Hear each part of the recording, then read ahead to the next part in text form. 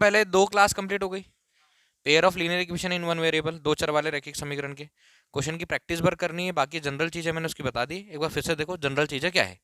Chapter हमारा 3, pair of linear equation in two variable, दो चर वाले रैखिक समीकरण का हल। ठीक है, समझना कैसे। लीनियर इक्वेशन मतलब रैखिक समीकरण, पावर कितनी है, 1 है। टू वेरिएबल दो चर मतलब x और y में इक्वेशन है, दो चर है, एक x होगा ये y होगा, s या t होगा, ऐसी दो वैल्यू होगी जिसकी वैल्यू हमको नहीं पता होगी। Linear equation in two variable, दो चर वाले रैखिक समीकरण। Pair of linear equation in two variable, pair of linear equation in two variable, दो चर वाले रैखिक समीकरण युग्म। General form a1x plus b1y plus c1 equal 0, a2x plus b2y plus c2 is equals to 0, ये इसकी जनरल फॉर्म है। Cases सबसे इंपॉर्टेंट है, अभी जो हम क्वेश्चन सॉल्व करेंगे वो इन केस के ऊपर ही करेंगे। लीनियर इक्वेशन है, ग्राफ पर एक रेखा बनेगी, एक लाइन बनेगी। अगर ऐसा क्वेश्चन का जनरल फॉर्म है, क्वेश्चन इसी फॉर्म में आएगा। अब जरूरी नहीं है कि a1 की जगह पर a1 ही आएगा, x y z आ सकता है। Equation 2x plus 3y equal 4 मन से बना दी, x प्लस वाई इक्वल 16, फिर से हमने कर दी 2x प्लस 3y इक्वल 4 और x plus y equal 16। General equation बना, जनरल इक्वेशन ऐसी हो सकती है, ये जनरल इक्वेशन और क्वेश्चन इस फॉर्म में आ सकता है। तो a1 2, b1 3 और c1 कितना 4। अब इसको इधर लेकर भी फॉर्म इक्वेशन बना सकते हैं, a1x plus b1y equal c1, a2x plus b2y equal c2। तो c1 की वैल्यू 4, c2 की वैल्यू 16, a2 की वैल्यू x का कोफिशिएंट 1 और b2 की वैल्यू y का कोफिशिएंट 1, इसमें कोई डाउट नहीं है। क्वेश्चन जब a1 बाय a2, आप इससे इसका कंपेयर करके a1 b1 c1 a2 b2 c2 की वैल्यू निकालोगे, a1 upon a2 is not equal b1 upon b2 आएगा। कितने केसेस बनेंगे, lines are intersect each other, रेखा एक दूसरे को प्रतिच्छेद करेगी, और a1 upon a2 is not equal b1 upon b2, unique solution. इसके पहले की क्लास में भी हमने देखा है ये सारी चीजें। Second case a1 upon a2 equal b1 upon b2 is not equal c1 upon c2। Graph पर जब दो लाइन बनेगी दोनों इक्वेशन की, तो lines are parallel, no solution, कोई हल नहीं निकलेगा, लाइन्स आर पैरेलल, रेखाएं समांतर होगी। तीसरा case a1 by a2 equal b1 by b2 equal c1 by c2, many solution, अनंतता अनेकल, रेखाएं संपाती होती है, को इंसिडेंट होती। ठीक है, ये हमारा जनरल इंट्रोडक्शन था ये वाले चैप्टर का। इसके पहले की दोनों क्लासेस में हमने इतना इंट्रोडक्शन देखा है। ठीक है, अब देखो क्वेश्चन क्या पूछा है, क्वेश्चन बैंक में क्वेश्चन क्या पूछा है। क्वेश्चन बिल्कुल पूछ सकता है, क्वेश्चन पूछा है इसने 3 बल्ले और 6 गेंदों की कीमत 3900 रुपए। 3 बैट है,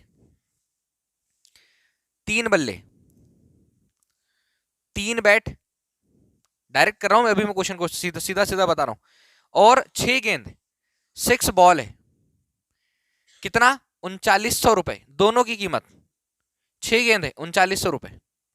इसके बाद एक बल्ला, एक बैट है, एक बल्ला है, प्लस इसके साथ 3 गेंद है, 3 बॉल, टोटल प्राइस कितना है 1300 रुपीज, 1300 रुपए। बीज गणितीय समीकरण बनाना है, इक्वेशन भर बनाना है। क्वेश्चन पूरा पढ़ा हमने, 3 बल्ले 6 बॉल, इसका प्राइस 3900 रुपए है, एक बैट 3 बॉल, इसका प्राइस 1300 रुपए। ये क्वेश्चन पूरा है, फिर से पढ़ देता हूं क्वेश्चन। 3 बल्ले 6 गेंदों की कीमत 3900 रुपए तथा एक बल्ला और 3 गेंदों की कीमत 1300 रुपए। बीजगणित समीकरण का निर्माण कीजिए, सिर्फ समीकरण बनाना, इक्वेशन बनाना है। इंग्लिश में तुम लोग क्वेश्चन देखना, 3 बैट प्लस 6 बॉल, इसका प्राइस है 3900।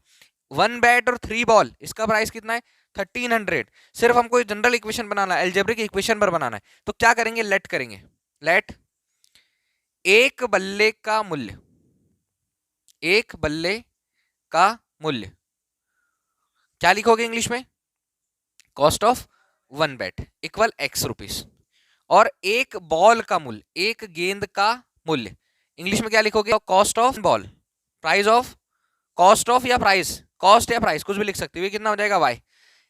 आधे क्वेश्चन से एक इक्वेशन बनेगी, आधे क्वेश्चन से दूसरी इक्वेशन बनेगी।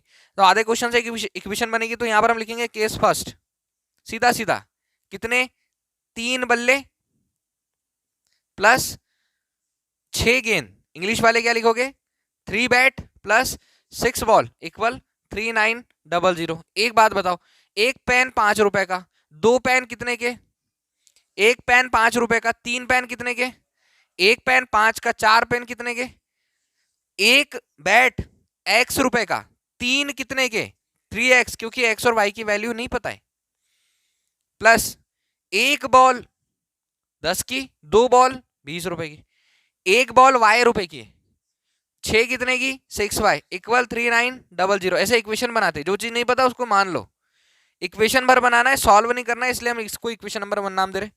केस सेकंड, क्वेश्चन ऐसा भी पूछेगा सिर्फ अलजेब्रिक इक्वेशन बनाओ, बीजगणितीय समीकरण भर बनाना है, ऐसा भी क्वेश्चन पूछ सकता है। तो जैसा जैसा दिएगा उसको लेट कर लेना कि एक बल्ले का मूल्य x रुपए है और एक गेंद का मूल्य y रुपए है। Cost of a bat equal x, या 1 bat cost of 1 ball by, जो पूछेगा उसके हिसाब से कर देना। केस सेकंड क्या बोल रहा है, एक बैट और 3 बॉल कितने के 1300 रुपए के, एक बॉल एक बल्ला कितने का माना हमने, एक गेंद कितने की मानी। क्लियर, क्या बोलोगे, यहां पर देखो डायरेक्ट कर सकते हैं हम, यहां पर इतना लिखने की आवश्यकता भी नहीं है, बट लिखना पड़े तो क्या लिखोगे, एक बल्ला इसका मूल्य प्लस कितना 3 गेंद का मूल्य, पूरा लिख लेते हैं, 3 बल्ले का मूल्य प्लस 6 गेंद का मूल्य, एक बल्ले का मूल्य, इंग्लिश वाले cost of 1 bat cost of 3 ball, दोनों मिला के कितने का बिल बना 1300। इक्वेशन भर बनाना है, एक बल्ला वैसे भी x का लेट किया था, 3 गेंद में एक y की, एक 10 रुपए की, तो 3 30 रुपए की, तो ये क्या जाएगा 3y इक्वल कितना 1300। खाली इक्वेशन भर बनाना था तो ये 2 इक्वेशन बना दी हमने। ऐसे क्वेश्चन पूछेगा तो इक्वेशन इतना ही सॉल्व करना है, उससे ज्यादा नहीं करना है। हाँ वो बोलेगा कि बताओ कि प्राइस कितना है, एक बॉल और एक बैट का प्राइस कितना है, तो दोनों इक्वेशन को सब्स्टिट्यूशन या एलिमिनेशन, विलोपन या प्रतिस्थापन विधि से सॉल्व करना, जो इसके पहले वाले वीडियो में, इसके पहले वाली क्लास में हम लोगों ने कंप्लीट किया है। ठीक है, चलो नेक्स्ट क्वेश्चन देखो, प्रैक्टिस करो जितना अच्छे से हो सके प्रैक्टिस करो, फिर कोई डाउट हो तो बताना कि समझ में नहीं आ रहा है या समझ में आ रहा है। नेक्स्ट क्वेश्चन, 2 किलो सेब और 1 किलो अंगूर का मूल्य, सीधा सीधा 2 kg एप्पल है प्लस इसके साथ क्या देकर रखा है 1 kg ग्रेप्स है, 1 kg अंगूर है, इसका प्राइस कितना दिया है 160 रुपीज।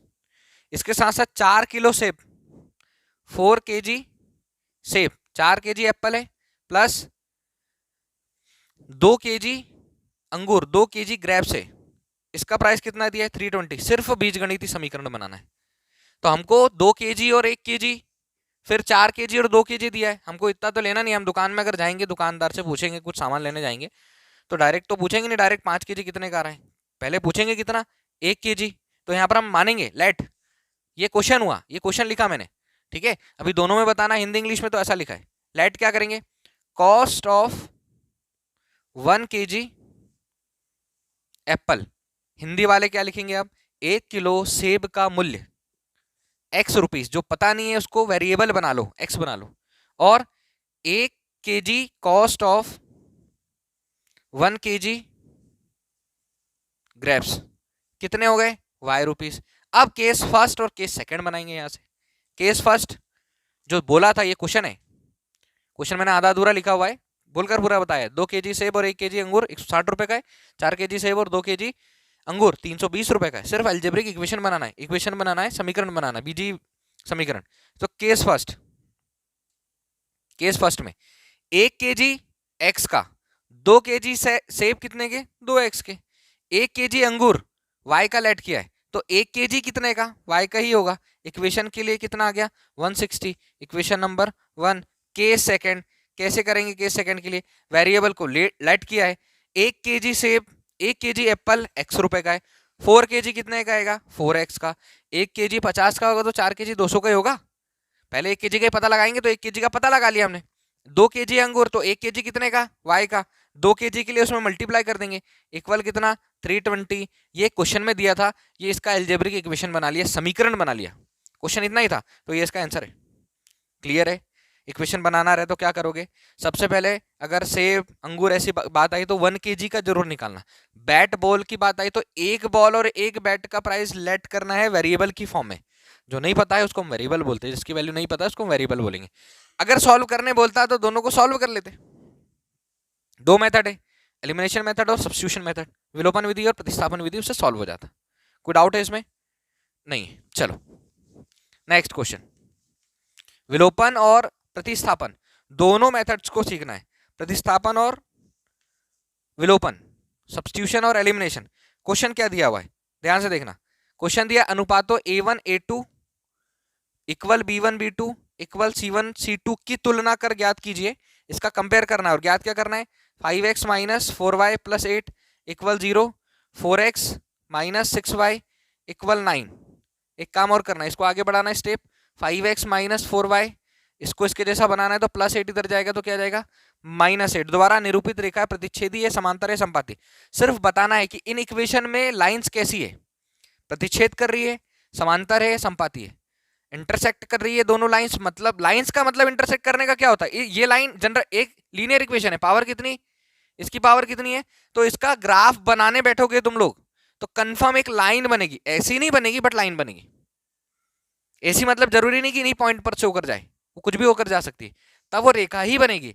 तो दो इक्वेशन की कितनी रेखा बनेगी, दो रेखा। अगर वो ऐसे इंटरसेक्ट हो रही है तो इसकी एक वैल्यू आएगी एक्स और वाई की, तब हम बोलेंगे कि a1 upon a2 is not equal b1 upon b2। रेखाएं प्रतिच्छेद करती है, lines are intersect each other and unique solution a1 upon a2 is not equal b1 upon b2। Second case है a1 upon a2 equal b1 upon b2 is not equal c1 upon c2। Lines are parallel each other, no solution, दोनों line एक दूसरे के parallel जाएगी जो equation उस समय दी होगी। तीसरा केस क्या है, a1 upon a2 equal b1 upon b2 equal c1 upon c2। Many solution, बहुत सारे हल होंगे क्योंकि दोनों रेखाएं एक जैसी ही होगी, तब तभी a1 upon a2 equal b1 upon b2 equal c1 upon c2 आएगा। तो ये equation number 1। Equation number 2, linear equation रैखिक समीकरण की घात कितनी होती है। लो भाई कंपेयर करना है, on comparing with general equation, on comparing with general equation. दोनों इक्वेशन के लिए जनरल इक्वेशन क्या है हमारे पास, a1x plus b1y plus c1 equal 0, a2x plus b2y plus c2 equal 0। इसको ऐसा बना लेना आप, इक्वल c1 इक्वल c2, ऐसे भी कर सकते हो, या इसको हमने ऐसा बनाया है, इसको हम इधर लाकर सॉल्व कर लेते तो नीचे वाली वैल्यू ऊपर आती, ऊपर वाली अभी माइनस में आई है। अगर हम इसको इधर से सॉल्व करते तो इधर वाली वैल्यू इधर आती, कोई दिक्कत नहीं, सही है ये, ठीक है। ये जनरल इक्वेशन है। वैल्यू बताओ, इक्वेशन 1 का कंपैरिजन इक्वेशन 1 से, इक्वेशन 2 का कंपैरिजन सेकंड जनरल इक्वेशन से। मैं अलग से लिख के कंपेयर करके बताता हूँ। 5x minus 4y equal minus 8, इसके नीचे ये वाला लिखो, a1x plus b1y equal c1। बताओ यहाँ से x मिटा दो, यहाँ से y इक्वल कितना 5, b1 इक्वल कितना -4 और c1 इक्वल कितना -8। यही आई वैल्यू। कैसे निकालोगे वैल्यू, समझ में आया। सेकंड का कंपैरिजन सेकंड से, सेकंड का कंपैरिजन सेकंड से, तो ये हो जाएगा 4x minus 6y equal 9, a2x plus b2y equal c2। Check करो x गया, चेक करो y को हटा दिया। ये सिर्फ हमने कंपैरिजन करने के लिए ऐसा कर रहे हैं हम लोग। तो a2 इक्वल कितना आया 4, b2 इक्वल कितना आया -6 और c2 इक्वल कितना आया c2 इक्वल 9। इसका कंपैरिजन इन दोनों इक्वेशन से करके a1 b1 c1 a2 b2 c2 value निकाली। क्वेश्चन में पूछा है निरूपित रेखा प्रतिच्छेद समांतर संपाती कैसी है, तो हम क्या करेंगे, यहां पर इनका रेशो कर दो। सिंस दोनों का अनुपात करेंगे तो a1/a2 इक्वल कितना आ जाएगा 5/4, कॉमा b1/b2 इक्वल कितना आएगा -4/6, कॉमा c1/c2 इक्वल कितना आएगा -8/9। एक बार ट्राई करो, कैंसिल करो, ट्राई मतलब कैंसिल करके चेक करो पहले। 2 से कैंसिल, 2 टाइम 2 से कैंसिल, क्या ये कैंसिल हो रहा, आगे बढ़ो ही मत। आगे नहीं बढ़ने का मतलब ये है, आगे नहीं बढ़ने का मतलब ये है कि यहां पर हमको क्या मिल रहा है, क्या 5/4 2/3 के इक्वल है, क्या 5/4 2/3 के इक्वल आएगा, नहीं आएगा। तो दोनों का कंपैरिजन करके यहां पर बना लो कि here a1/a2 is not equal b1/b2। यहां पर a1/a2 बराबर नहीं है b1/b2 के, तब क्या लिखोगे, तब समीकरण निकाय का एक अद्वितीय हल होगा। ये हमको पता है कि कब समीकरण निकाय का एक अद्वितीय हल होता है, कब कोई हल नहीं होता है, कब अनंतः अनेक हल होते हैं। तो a1/a2 कैसे कंपेयर किया, 5/4 क्या बराबर आ रहा है क्या -4/-6 के, कैंसिल करने की बात भी नहीं आ रहा, तो हमने कैंसिल किया ही नहीं, हमने बता दिया direct a1/a2 is not equal, then the system of the equation has unique solution. और जब यूनिक सॉल्यूशन होता है तब रेखाएं क्या करती है, तब रेखाएं एक दूसरे को एक बिंदु पर काटती है या प्रतिच्छेद करती है। Then the system of the equation has unique solution and lines are intersecting each other. Lines एक दूसरे को प्रतिच्छेद कर रही होगी उस समय। आया समझ में? अगर इतना क्वेश्चन आएगा तो इतना ही लिखना है, इससे ज्यादा नहीं लिखना है। वो पूछेगा सिर्फ बताइए कि कंपेयर करके, ये रेशो दिया था क्वेश्चन में a1/a2 equal b1/b2 equal c1/c2 से कंपेयर करो, a1 b1 c1 a2 b2 c2 की वैल्यू निकालो। 3 केसेस है, फिर से रिपीट कर रहा हूं, ध्यान से सुनना। ऑब्जेक्टिव इन्हीं में से एक बनेगा, a1/a2 is not equal b1/b2, ऐसी वैल्यू निकालना पड़ेगा a1 b1 c1 की, जो इक्वेशन दिया रहेगा उससे जनरल इक्वेशन का की तुलना करना है, कंपेयर करना है। a1 b1 c1 a2 b2 c2 का मान निकालना। a1/a2 is not equal b1/b2, then the system of the equation has unique solution, तब समीकरण निकाय का एक अद्वितीय हल होगा। और जब a1/a2 equal b1/b2 is not equal c1/c2, then the system of the equation has no solution, समीकरण निकाय का कोई हल नहीं होगा। और रेखाएं जब ग्राफ पर प्लॉट होगी तो दोनों रेखाएं समांतर आएगी। तीसरा case a1/a2 equal b1/b2 equal c1/c2, lines are coincident, रेखाएं संपाती है और अनंतता अनेक हल होंगे। क्यों होंगे? क्योंकि दोनों इक्वेशन सेम ही होगी और x और y के हमारे पास बहुत सारे मान आएंगे। समझ आया? इसको लिखो। क्वेश्चन समझो, a1/a2 equal b1/b2 equal c1/c2, इससे तुलना करके हमको equation 2x minus 3y equal 8, second equation 4x minus 6y equal 9 समीकरण के युग में संगत है या असंगत है ये बताना है। ठीक है, क्या बताना है, संगत है या असंगत। तो असंगत कब होता है, इतना याद रख लो। असंगत कब होता है? जब एक भी सॉल्यूशन नहीं मिलता है तब असंगत होता है। ठीक है, और संगत कब होता है? जब सॉल्यूशन कुछ भी मिलता हो। तो ये equation number 1, equation number 2 compare करो। कंपेयर करेंगे किससे? a1x plus b1y plus c1 equal 0, a2x plus b2y plus c2 is equal. दो वर्ड और जोड़ना है। दो वर्ड क्या? संगत और असंगत, कंसिस्टेंट, इनकंसिस्टेंट। ये भी पूछ सकता है, कंसिस्टेंट और इनकंसिस्टेंट। तो जिसमें वो वैल्यू नहीं मिल रही है वो इनकंसिस्टेंट। हिंदी वाले संगत और असंगत याद रखेंगे। मैं क्या बोल रहा हूँ, वैल्यू किस किस में मिल रही है? वैल्यू मिल रही है a1/a2 is not equal b1/b2। जब ऐसा दिया रहे तो उसको अद्वितीय हल बोलते हैं, रेखा एक दूसरे को प्रतिच्छेद करती है, ये बोल सकते हैं। b2 होगा तब हम x और y की वैल्यू फाइंड करेंगे, तब हम उसको संगत बोल सकते हैं। ठीक है, उसको क्या बोलेंगे? संगत, संगत बोलेंगे। और जब वैल्यू नहीं मिलेगी तब उसको असंगत बोलेंगे। तो इसमें और वैल्यू किसमें मिलेगी? a1/a2 equal b1/b2 equal c1/c2। Second case क्या है हमारे पास? सेकेंड केस है a1/a2 equal b1/b2 is not equal c1/c2। तो ये जो वर्ड है ना, संगत असंगत, कंसिस्टेंट इनकंसिस्टेंट, ये भी याद रखो। संगत किसमें बोलेंगे, कंसिस्टेंट किसमें? a1/a2 is not equal b1/b2, a1/a2 equal b1/c2। Consistent किसमें बोलेंगे? असंगत किसमें? असंगत किसमें? a1/a2 equal b1/b2 is not equal c1/c2। इसमें हम क्या बोलेंगे कि समीकरण कैसा है? इनकंसिस्टेंट, असंगत है। इसमें इससे कंपेयर किया दोनों इक्वेशन का, इसका इससे और इसका इससे। a1 की वैल्यू b1 की वैल्यू इससे कंपेयर होगा -3, c1 की वैल्यू 8, a2 की वैल्यू 4, b2 की वैल्यू, c2 की वैल्यू। क्लियर? अब इसका रेशियो करो, अनुपात करेंगे तो a1/a2 2/4, कॉमा b1/b2 -3 -6, c1/c2 8/9। कोई डाउट? एक बार कैंसिल हो रहा है कि नहीं हो रहा है चेक कर लो।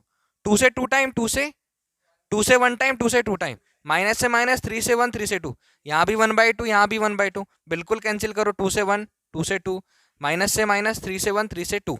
बताओ a1/a2 इक्वल 1/2 कॉमा B1/B2, ये भी 1/2, C1/C2 8/9। A1/A2 किसके इक्वल आ रहा है? B1/B2 के। क्या बोल सकते हो? A1/A2 इक्वल B1/B2, लेकिन ये इसके इक्वल नहीं आ रहा, इज नॉट इक्वल C1/C2। तो जो शब्द है संगत और असंगत का, उसमें A1/A2 equal B1/B2 is not equal C1/C2 कैसा होता है? इनकंसिस्टेंट, असंगत। और इसका मतलब यह है कि आपके पास ना x का मान आ रहा है ना y का मान आ रहा है, और इसमें केस क्या है? No solution. और नो सॉल्यूशन में रेखाएं ग्राफ पर कैसी बनती है? समांतर, पैरेलल बनेगी, पैरेलल बनती है। और इसमें यूनिक सॉल्यूशन, यूनिक सॉल्यूशन, और यूनिक सॉल्यूशन में अद्वितीय हल, अद्वितीय हल, यूनिक सॉल्यूशन में हल। और आता है no solution, sorry many solution, many solution, अनंत हल। और अनंत हल में फिर से समझो, इसको इंपॉर्टेंट टॉपिक है, संगत और असंगत वर्ड पूछेगा तो संगत किसमें? जिसमें कुछ ना कुछ वैल्यू मिलती हो, और असंगत मतलब इनकंसिस्टेंट किसमें? जिसमें कोई वैल्यू नहीं मिलती हो। तो नो सॉल्यूशन में case A1/A2 is not, A1/A2 equal B1/B2 is not equal C1/C2। इसमें A1/A2 is not equal B1/B2 unique solution है, x और y का एक मान आता है। A1/A2 equal B1/B2 equal C1/C2, बहुत सारे मान आते हैं x और y के। रेखाएं संपाती होती है, लाइंस आर कोइंसिडेंट और कंसिस्टेंट। इक्वेशन कैसी होती है? कंसिस्टेंट। ये कैसी होती है? इनकंसिस्टेंट। कब? जब लाइंस पैरेलल होती है, रेखाएं समांतर होती है। लिखो